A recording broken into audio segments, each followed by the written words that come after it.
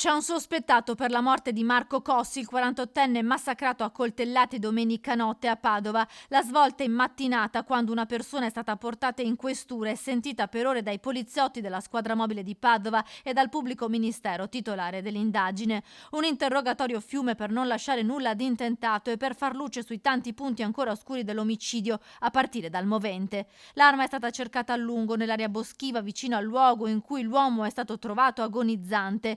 Un omicidio efferato, più di 15 le coltellate inferte al torace e al collo e al volto, una furia che non gli ha lasciato scampo. Marco Cossi è morto dissanguato mentre stava disperatamente cercando aiuto lungo la strada nel sottopasso di via Isonzo a Padova. I medici del 118, allertati da un passante, hanno tentato di rianimarlo, ma è deceduto in pochi minuti. La sua auto è stata trovata poco lontano, con le porte aperte e le chiavi ancora inserite, aspetti che fanno propendere per l'ipotesi di una conoscenza tra la vittima e il suo assassino.